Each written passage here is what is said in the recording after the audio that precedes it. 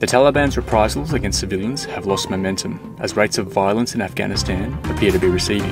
The military junta of Myanmar is on the back foot in their fight against rebels and is turning to indiscriminate violence to retain their grip on power.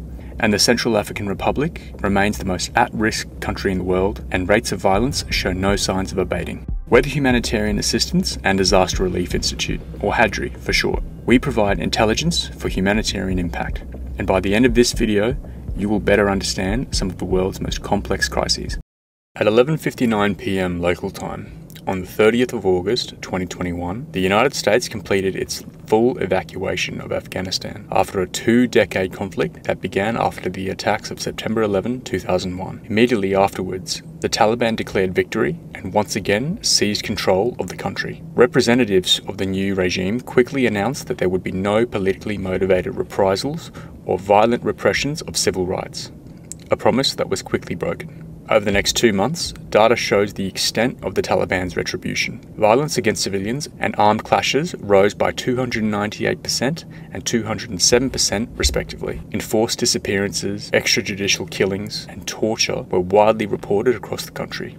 What about the situation more recently? To help us make an informed assessment of what's currently going on, we're going to look at the data. Medium-term datasets taken from ACLED shows a key trend that relevant stakeholders should be aware of. That trend is that violence in Afghanistan is decreasing. Since April of 2022 until the end of March 2024, armed battles and violence against civilians has been trending downwards at a rate of 82% and 58% respectively. The massive surge in violence since the Taliban's return to power has decreased significantly.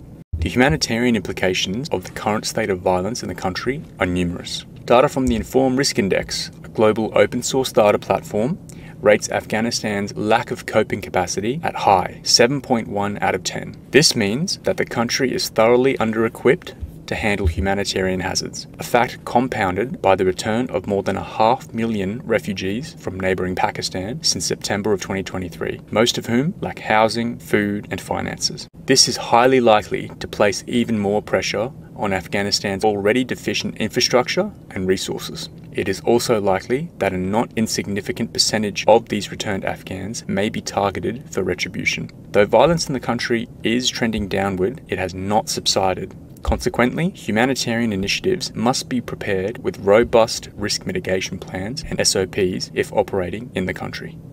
Pressure upon the ruling military junta of Myanmar, also known as the Tatmadaw, continues to grow as they face troop shortages and an inability to gain battlefield victory. After coming to power in a coup launched in February of 2021, the Tatmadaw has steadily ceded more ground to the various factions that fight against their rule. Where the Tatmadaw's troops have ventured in their efforts to enforce national conscription, human rights abuses have followed. Kidnappings, executions, extortion, and arbitrary imprisonment are some means that the government employs to retain their dwindling control. Violence and human rights abuses in the country have internally displaced more than 2 million Burmese citizens. What about in the future? How will the conflict affect the civilian population if the violence continues? To help us make an informed assessment, we're going to look at the data. Data taken from the Office of the United Nations High Commissioner for Refugees highlights that the number of internally displaced persons has been trending upward. Here, the data shows a correlation between the Tatmadaw's human rights abuses and its battlefield losses. For example, key indicators of violent activity show highly anomalous activity from October of 2023 to January of 2024, which coincides with Operation 1027, launched on October 27, 2023 by rebel forces. The offensive saw fighting expand to 36 towns and resulted in significant territorial losses for the junta. A corresponding uptick in violence against civilians followed. This suggests that as battlefield losses continue to destabilize the government's grip on power, it is increasingly likely that indiscriminate violence will be employed.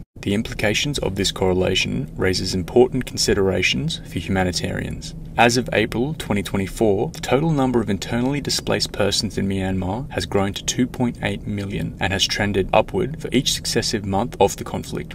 The Informed Risk Index classifies Myanmar at a very high 7 out of 10 for both current and projected conflict intensity.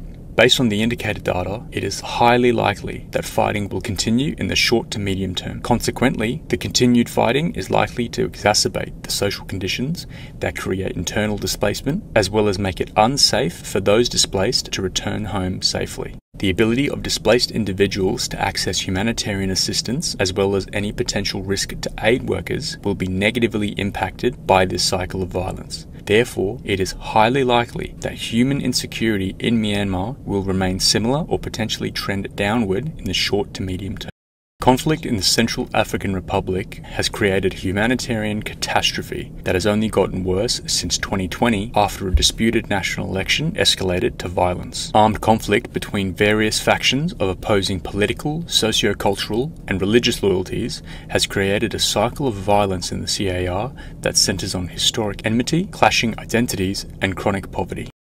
The high-intensity conflict in the CAR is the primary driver of internal and external displacement of Central Africans. Its consequences have resulted in the inability of Central Africans to safely access the agricultural and mineral industries that support their livelihoods. In turn, this contributes to the growing food insecurity and increases the country's exposure to natural hazards while contributing to further displacement. In addition, the Central African Republic scores very low on all metrics for gender equality, which, combined with existing socio-cultural norms, widespread sexual violence, and a lack of treatment options, creates acute humanitarian and security challenges for the nation's women and girls. The impact of the current conflict, as well as conflict in neighbouring countries like Sudan, creates the conditions that have resulted in the displacement of millions of Central Africans, as well as the accompanying human security concerns.